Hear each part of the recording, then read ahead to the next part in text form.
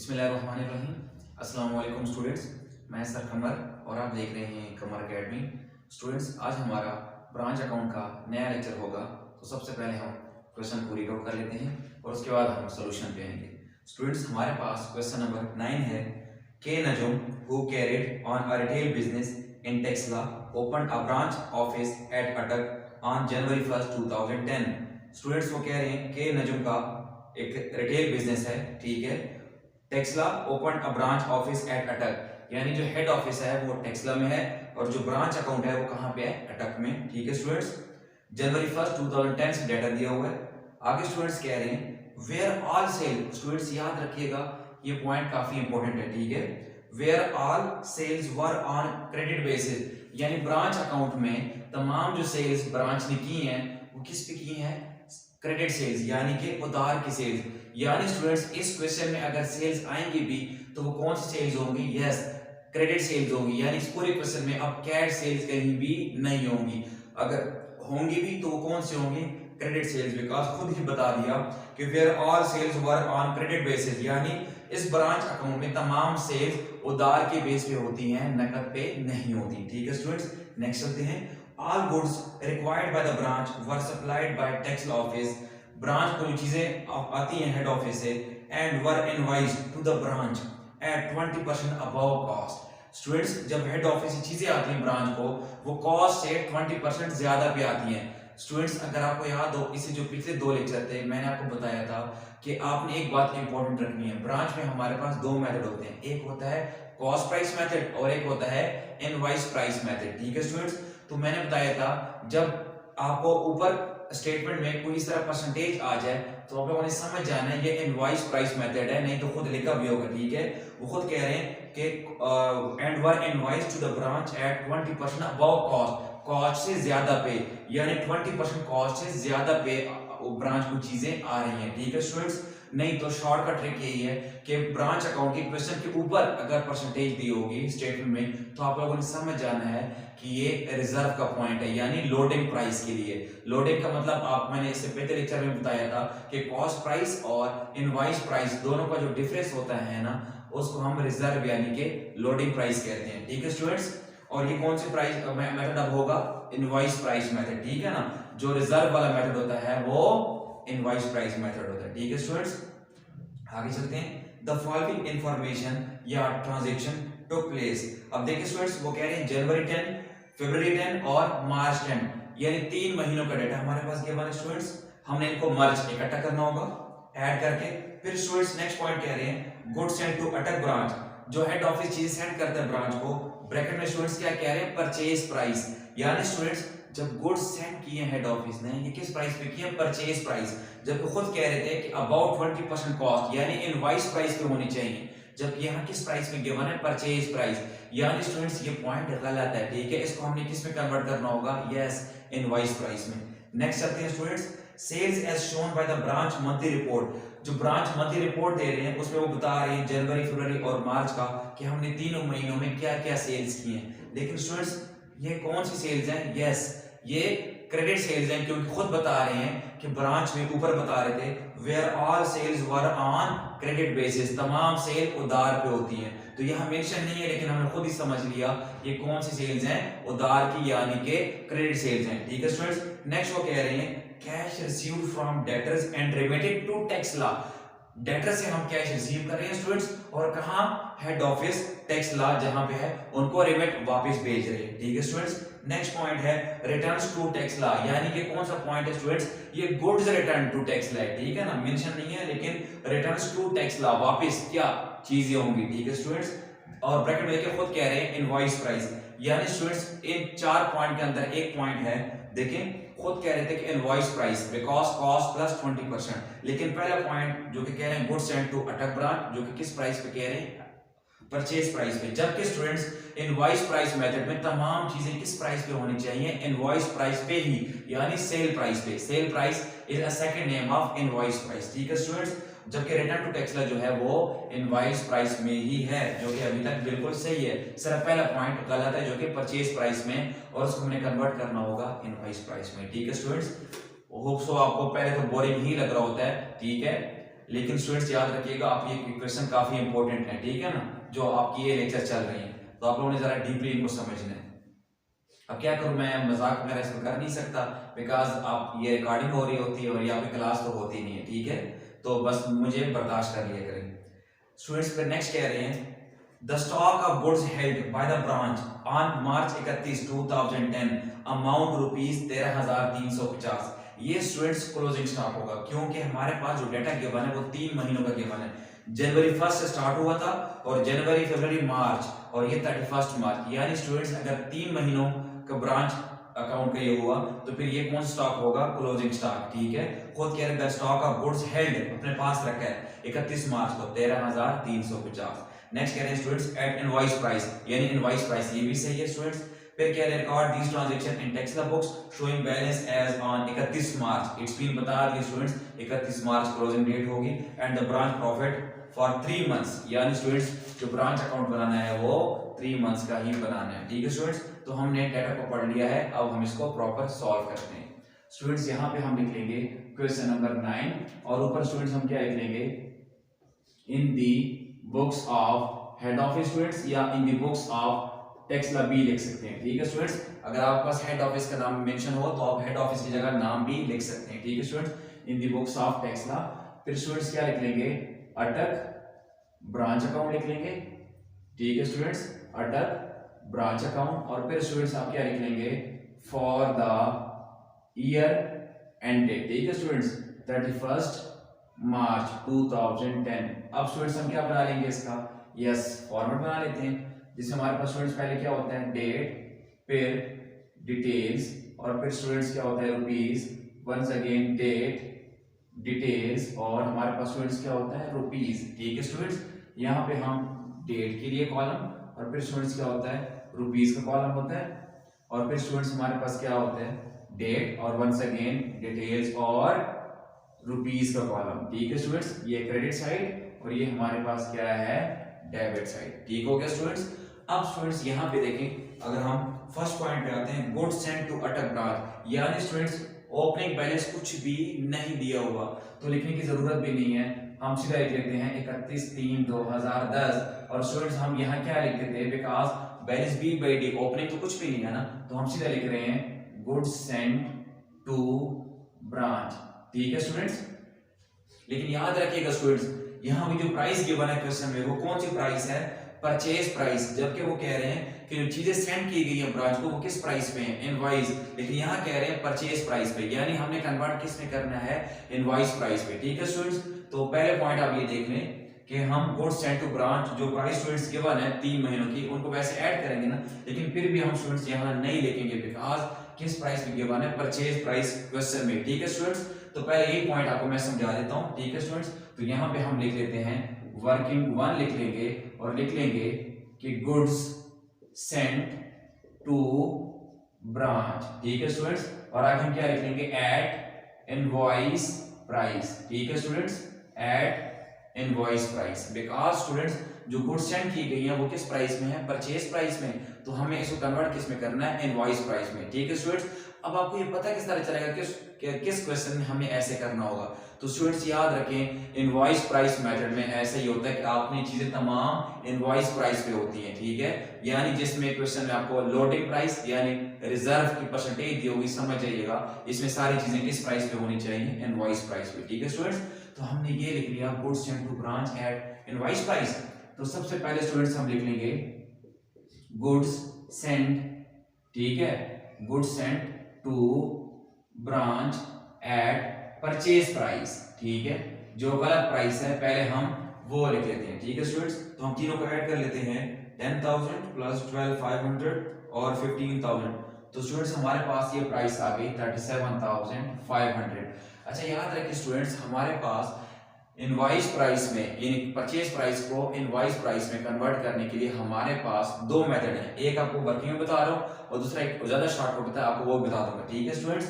तो हमने पहले ये लिख लिया प्रॉपर वर्किंग वाला, ठीक है, goods sent to branch at invoice price, goods sent to branch at purchase price, जो पहले गलत है स्टूडेंट्स, तीनों को ऐड करके ये प्राइस आ गई, तो स्टूडेंट्स में क्या कर देंगे, लिखेंगे ऐड, ठीक है, ऐड प्रॉफिट, बिकॉज स्टूडेंट्स जो परचेज प्राइस है अब ये उसमें प्रॉफिट शामिल नहीं है। तो आपने करना क्या है स्टूडेंट्स, 37,500 ये प्राइस आ चुकी है ना, इसको मल्टीप्लाई प्रॉफिट किस तरह निकालना है, याद रखिए स्टूडेंट्स, वो जो ऊपर परसेंटेज गिवन थी 20% अबव कॉस्ट, वो तो स्टूडेंट्स लोडिंग प्राइस की जो हम रिजर्व लेते हैं, ठीक है, लेकिन वही परसेंटेज आपने यूज करनी होती है जब परचेज प्राइस को कन्वर्ट करते हैं इनवॉइस प्राइस में। यानी स्टूडेंट्स यहाँ रिजर्व के लिए वो परसेंटेज यूज तो होगी, लेकिन जब भी आपके पास कोई चीज परचेज प्राइस में गिवन हो और उसको कन्वर्ट करना हो इनवॉइस प्राइस में, तो तब भी वही परसेंटेज यूज होती है, ठीक है स्टूडेंट्स। लेकिन यहां जब करेंगे तो मल्टीप्लाई 20/100 करेंगे, नॉर्मल तरीके से करेंगे स्टूडेंट्स। जब लोडिंग प्राइस यानी जब रिजर्व लेते हैं, और आपको पिछले लेक्चर में बताया था कि जब रिजर्व लेते हैं ना, तो यहाँ 20/120 जब भी कॉस्ट प्लस लिखा हो, ठीक है, लेकिन यहाँ स्टूडेंट्स सिंपल तरीके से करेंगे, ठीक हो गया। तो अब हम क्या करेंगे स्टूडेंट्स, जो प्राइस आ गई इसका हम 37,500 का 20/100, ठीक है स्टूडेंट्स, यानी ये प्राइस आ गई 7,500, जिसको हम क्या नाम देंगे स्टूडेंट्स, प्रॉफिट, ठीक है। अभी हम इसमें ऐड कर लेते हैं, तो ये प्राइस आ गई स्टूडेंट्स 45,000, ठीक है, और इसको स्टूडेंट्स अब हम नाम देंगे कि goods sent to branch at, कौन सी प्राइस आ गई स्टूडेंट्स, इनवॉइस प्राइस, ठीक हो गया स्टूडेंट्स। यानी स्टूडेंट्स अगर यहाँ रिजर्व की परसेंटेज ऊपर गिवन होती है, अगर यहाँ लिखा होता है ना कॉस्ट प्लस 40%, तो यहाँ तो 40/140 जब रिजर्व लेंगे, जो हमने पिछले लेक्चर में भी लिया था, ठीक है स्टूडेंट्स, लेकिन यहाँ सिंपल तरीके से परसेंटेज लेंगे, उसी अमाउंट के लेंगे, लेकिन मल्टीप्लाई 40/100, ठीक हो गया। तो स्टूडेंट्स दोनों को ऐड किया, ये जो प्राइस आ गई ये आप यहाँ लिख लेंगे कि इनवॉइस प्राइस आ गई है, ठीक है स्टूडेंट्स। इसी का एक और तरीका भी है स्टूडेंट्स, अगर आपने करना है वो आपको अलग से बता रहा हूँ वैसे, ठीक है। कि हम क्या करेंगे स्टूडेंट्स कि यहाँ आपको ये तो आपने प्रॉपर वर्किंग वाला ये कर लीजिएगा, लेकिन वैसे बता रहा हूँ कि अगर आपने वो भी करना है तो उसके लिए कोई वर्किंग की जरूरत नहीं है, बल्कि आप वो यहीं पे डायरेक्टली कर सकते हैं कि स्टूडेंट्स प्राइस कितनी थी, परचेज प्राइस 37,500 थी ना, इसको मल्टीप्लाई देखिए स्टूडेंट्स, वो 20% अबव कॉस्ट, तो जब रिजर्व लेते हैं तो वो कितना होता है, 20/120 होता है ना। तो स्टूडेंट्स दूसरा तरीका ये है कि आप ये जो वर्किंग बता रहा हूँ आप डायरेक्टली इसके अंदर यहीं पे कर सकते हैं कि जो परचेज प्राइस को ऐड किया ना, ये प्राइस आ गई, इसको मल्टीप्लाई क्या करें, 20% अबव कॉस्ट है ना, तो 100 में ऐड करें, कितना हो जाएगा, 20 + 100 कितना हो जाएगा स्टूडेंट्स, 120, तो 120/100 कर दें, ठीक है स्टूडेंट्स। तो अगर आप ये देखें 120/100, तो स्टूडेंट्स ये भी वही प्राइस आ जाएगी 45,000, ठीक है स्टूडेंट्स। आप ये ना मतलब इसमें कोई जरूरत नहीं है कि मतलब आप ये कहेंगे सारे इसको क्या नाम देंगे, अगर आपने स्टूडेंट्स ये मेथड फॉलो करना है तो ये चीज मैंने बता दिया ना, आप डायरेक्टली यहीं पे कर सकते हैं, ठीक है। तो फिर आपको इस वर्किंग वन की जरूरत नहीं पड़ेगी और इससे कोई मसला नहीं होगा, ठीक है स्टूडेंट्स। यानी अगर यहाँ पे लिखा होता कि 30% कॉस्ट प्लस, तो फिर यहाँ पे क्या करते हैं 130/100, अगर 50% अबव कॉस्ट तो 150/100, ठीक हो गया स्टूडेंट्स। तो फिर भी वही इनवॉइस प्राइस में कन्वर्ट हो जाएगी, कौन सी प्राइस, परचेज प्राइस, ठीक है स्टूडेंट्स। तो ये मैंने काफी कुछ ज्यादा ही आपको ये लेक्चर दे दिया है, ठीक है स्टूडेंट्स। तो ये प्राइस हमारे पास आ गई 45,000। नेक्स्ट चलते हैं students, sales as shown by the branch monthly report. Students ये कौन सी सेल्स होगी, यस क्रेडिट सेल, जो कि इस डब्बे में कहीं भी नहीं आती। नेक्स्ट चलते हैं students, cash received from debtor. ये स्टूडेंट्स कहां लिखते थे, यस यहां लिखते थे क्रेडिट साइड पे कि 31/3/2010, और हम क्या लिख लेंगे, कैश रिसीव्ड फ्रॉम डेटर्स, ठीक है स्टूडेंट्स। इन तीनों की प्राइस हम ऐड कर लेते हैं, तो हमारे पास क्या आ जाएंगी 5,000 प्लस हमारे पास है 12,750 फिर स्टूडेंट्स है 8,750। तो ये स्टूडेंट्स हमारे पास कैश रिसीव्ड आ जाएगा तीनों महीने का 26,500, ठीक है स्टूडेंट्स। नेक्स्ट का पॉइंट कह रहे थे रिटर्न्स टू टैक्स ला, यानी स्टूडेंट्स क्या होता है ये गुड्स रिटर्न, जो कि हम इसको क्या करते थे, गुड्स सेंड में से माइनस करते थे, तो गुड्स रिटर्न यहां लिख लेते हैं, और तीनों स्टूडेंट्स तीनों की जो प्राइस है वो हम ऐड कर लेते हैं, तो ऑलमोस्ट ये बनेगी 1050, ठीक है स्टूडेंट्स। अब इसमें से हम ये माइनस कर लेते हैं 45,000 माइनस 1050, तो ये स्टूडेंट्स आ जाएगा 43950, ठीक है स्टूडेंट्स। होप सो अभी तक आपको लेक्चर की स्टूडेंट्स समझ आ रही होगी। आई नो बोरिंग है, मैं भी बोरिंग हूँ, लेकिन स्टूडेंट्स क्या करें, मजबूरी है, तो आप लोगों ने इनको समझना है, डीपली सुनना है, ठीक है। यानी मजबूरी आपकी है, ठीक है, आप लोगों ने इन लेक्चर को समझना है, ठीक है, और ये काफी इंपॉर्टेंट लेक्चर्स हैं, ठीक है ना स्टूडेंट्स। यहाँ तक हमने कर लिया, और स्टूडेंट्स सारे पॉइंट हमने कर लिए। एक था सेल्स, जो कि क्रेडिट सेल्स थी, वो कहीं रिकॉर्ड नहीं किया। स्टूडेंट्स नेक्स्ट क्या कह रहे थे, the stock of goods held by the branch on 31 मार्च। तो स्टूडेंट्स वो कौन सा स्टॉक होगी, यस क्लोजिंग, तो स्टूडेंट्स हम यहाँ लिख लेते हैं 31 मार्च 2010 और हम क्या लिख लेंगे बैलेंस C/D, जिसमें हम स्टूडेंट्स क्या करेंगे, क्या लिख लेंगे क्लोजिंग स्टॉक या सिर्फ स्टॉक। तो हम वो खुद गिवन है स्टूडेंट्स कितना है, ओहो तो माशाल्लाह स्टूडेंट्स मेरी राइटिंग पे डॉक्टर वाली राइटिंग है, ठीक है। तो ये क्लोजिंग स्टॉक 13350, ठीक हो गया स्टूडेंट्स। उसके बाद स्टूडेंट्स एक और बात अगर आप गौर से देखें, मैंने आपको इससे पिछले लेक्चर में बताया था कि याद रखें, आई थिंक लेक्चर नंबर 3 था, क्वेश्चन नंबर 4 का, कि याद रखें स्टूडेंट्स आपके पास अगर क्वेश्चन में क्लोजिंग डेटर्स या कैश रिसीव्ड फ्रॉम डेटर, कि कितना कैश हमसे रिसीव कर लिया या कितने क्लोजिंग डेटर्स बच गए, इन दो में से कोई एक भी ना हो तो हम स्टूडेंट्स एक अकाउंट बनाते थे।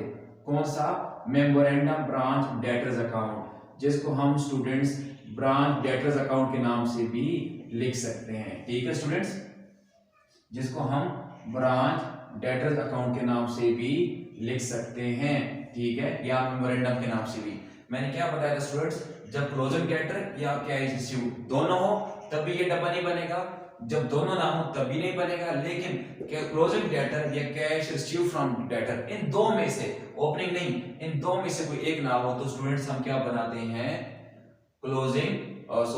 ब्रांच डेटर्स अकाउंट, ठीक है स्टूडेंट्स। और इसका मैंने आपको एक तवीज बताया था, ठीक है स्टूडेंट्स। इसका तवीज मैंने क्या बताया था कि कंपनी के पास बहुत सीडीज हैं, ठीक है ना स्टूडेंट्स। अब मैंने बताया था सी से क्रेडिट सेल्स के कंपनी के दोनों वर्ड्स यहाँ पे आते हैं और बहुत सीडी के वर्ड्स यहाँ पे आते हैं, ऐसे ही था स्टूडेंट्स। अब ओ से क्या आता है स्टूडेंट्स, ओपनिंग डेटर, हमारे पास नहीं है तो लिखने की जरूरत नहीं है, ठीक है स्टूडेंट्स। फिर सी फॉर क्रेडिट सेल्स, तो स्टूडेंट वो तो हम लिख सकते हैं बिकॉज हमारे पास गिवन है उनके प्राइस, तो 9500 प्लस 10500 प्लस 13750, ठीक है स्टूडेंट्स। तो ये हमारे पास क्रेडिट सेल्स आ गई 33750। फिर स्टूडेंट्स बहुत सीरीज जो कि क्रेडिट साइड पे आती है ना, सॉरी स्टूडेंट्स मैंने जरा ये इसके फॉर्मेट के नाम नहीं लिख लिए, लेकिन होप सो आपको ये नाम अब आते होंगे कि डे डिटेल्स रुपीस, ठीक है स्टूडेंट्स, ये क्रेडिट साइड और ये डेबिट साइड, और होप सो डेट आप खुद इसमें लिख लेंगे। अब स्टूडेंट्स क्रेडिट सेल्स लिख ली है, अब यहाँ बहुत सीरीज यहाँ पे आते हैं स्टूडेंट्स। बी से क्या आता है, पिछले जो लेक्चर से आपको बता चुका हूँ, बी फॉर बैड डेट्स, जो कि इसमें नहीं है क्वेश्चन में। फिर स्टूडेंट्स सी दो वर्ड्स आते थे, C for cash received from debtor और सी फॉर क्लोजिंग डेटर। तो मैंने स्टूडेंट्स ये बताया था कि दोनों में से जो सी वाले गिवन होंगे वो इधर आ जाएंगे। अब स्टूडेंट्स क्लोजिंग डेटर तो फाइंड करने, तो फिर स्टूडेंट्स सी से क्या आ जाएंगे, yes cash received from debtors, तो स्टूडेंट्स इसकी अमाउंट इधर आ जाएगी, ठीक है 24500 ये वाली, ठीक है स्टूडेंट्स। फिर डिस्काउंट अलाउड या सेल रिटर्न्स वो भी कहीं नहीं है, तो स्टूडेंट्स यही दो पॉइंट थे। और स्टूडेंट्स अगर आप देखें तो ये डेबिट साइड पड़ी है, तो 33750 इधर भी लिख लेंगे और इधर भी लिख लेंगे, और क्या करेंगे स्टूडेंट्स, इसमें से जो क्रेडिट साइड है वो हम माइनस कर लेते हैं। तो स्टूडेंट्स हमारे पास वैल्यू आ गई 7250 रुपया, और इसको स्टूडेंट्स हमारे पास क्या नाम देंगे, इसको हम के क्लोजिंग डेटर्स, और यही वैल्यू हम इधर लिख लेंगे, ठीक है स्टूडेंट्स। इस क्वेश्चन में कोई खास पॉइंट नहीं था, सिर्फ गुड्स एंड टू ब्रांच को कन्वर्ट किया और क्लोजिंग डेटर निकाल लिए, ठीक है ना स्टूडेंट्स। और लास्ट एक चीज रह गई है, वो आपको पता ही होगा, यस वो जो ऊपर लोडिंग प्राइस की परसेंटेज यानी कि रिजर्व की परसेंटेज दी गई है, ठीक है ना स्टूडेंट्स। और उसको मैंने आपको पिछले लेक्चर्स में बताया था कि जो रिजर्व यानी लोडिंग प्राइस होती है वो हम 3 स्टॉक पे लेते हैं, opening stock, goods and in दो का इधर लेते हैं क्रेडिट साइड पे, और क्लोजिंग स्टॉक का इधर लेते हैं। अब स्टूडेंट्स ओपनिंग स्टॉक तो हमारे पास है ही नहीं, तो किसका लेंगे, गुड्स एंड का, डेट स्टूडेंट्स यही रहेगी, ठीक है। हम यहाँ क्या लिख लेंगे, गुड्स सेंट टू ब्रांच लिख लेंगे स्टूडेंट्स, और ब्रैकेट में क्या लिख लेंगे, रिजर्व, ठीक है ना स्टूडेंट्स। अब स्टूडेंट्स जो इसकी वैल्यू बाहर आई होगी वो 43950, और स्टूडेंट्स अगर आपको याद हो मैंने कहा था रिजर्व के लिए 20% है ना, लेकिन 20/120 के बोला था, बिकॉज जब भी कॉस्ट लिखा होगा तो आपने 100 में वो जो परसेंटेज होगी वो ऐड करके फिर डिवाइड करना है, यानी अगर 35% हो और कॉस्ट प्लस लिखा हो 35/135, ठीक है स्टूडेंट्स। तो 7325 ये प्राइस आ जाएगी। और स्टूडेंट्स ओपनिंग स्टॉक तो है नहीं, क्लोजिंग स्टॉक का हम इधर रिजर्व ले लेंगे, डेट हमारे पास स्टूडेंट्स वही आ जाएगी, लिख लेंगे क्लोजिंग स्टॉक, ब्रैकेट में क्या लिख लेते हैं, रिजर्व, और स्टूडेंट्स की प्राइस कितनी है वो आप खुद देख सकते हैं, हमारे पास कितनी है 13350 और स्टूडेंट्स इसका भी क्या करेंगे 20/120 बिकॉज कॉस्ट प्लस है। ठीक है स्टूडेंट्स, तो इसका भी 120 दिया तो स्टूडेंट्स इसके जो रिजर्व आ गया वो 2225 आ गया। ठीक है स्टूडेंट्स, सारे पॉइंट पुट कर दिए अल्लाह अल्लाह खैर से। तो अब स्टूडेंट्स क्या करेंगे, जो क्रेडिट साइड होती है उनको हम प्लस कर लेंगे जो कि मोस्टली वही साइड बड़ी होती है, और फिर उसमें क्या करेंगे स्टूडेंट्स, जो डेबिट साइड है वो माइनस कर देंगे। तो स्टूडेंट्स इन सबको प्लस किया क्रेडिट साइड को तो 54425 आ गया। इन सबको प्लस करके इधर भी लिख लेंगे स्टूडेंट्स और इधर भी लिख लेंगे, और इसमें से अब ये सारे क्या कर देंगे हम माइनस कर देंगे। ठीक है स्टूडेंट्स, खास पॉइंट थे नहीं, बस 2-3 पॉइंट थे जिनकी हमें वर्किंग की जरूरत थी, हालांकि इसमें कोई खास पॉइंट स्टूडेंट्स नहीं है। ठीक है, तो ये स्टूडेंट्स आंसर बच गया। ये साइड बड़ी थी इनको प्लस किया, इधर लिखा उसमें से ये दोनों माइनस किए, तो स्टूडेंट्स ये जो आंसर आ गया इसको हम क्या नाम देंगे, प्रॉफिट। और स्टूडेंट्स यही हमारा जो क्वेश्चन है उसका भी आंसर है। और यहाँ तक स्टूडेंट्स हमारा ऑलमोस्ट बोरिंग लेक्चर कंप्लीट हो गया है। उम्मीद करता हूँ आपको इसकी समझ आ गई होगी।